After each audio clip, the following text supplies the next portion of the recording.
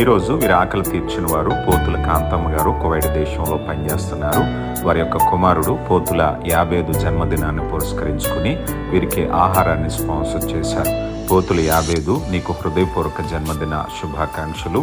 దేవుడు నిన్ను నిండారుగా దీవించునుగాక.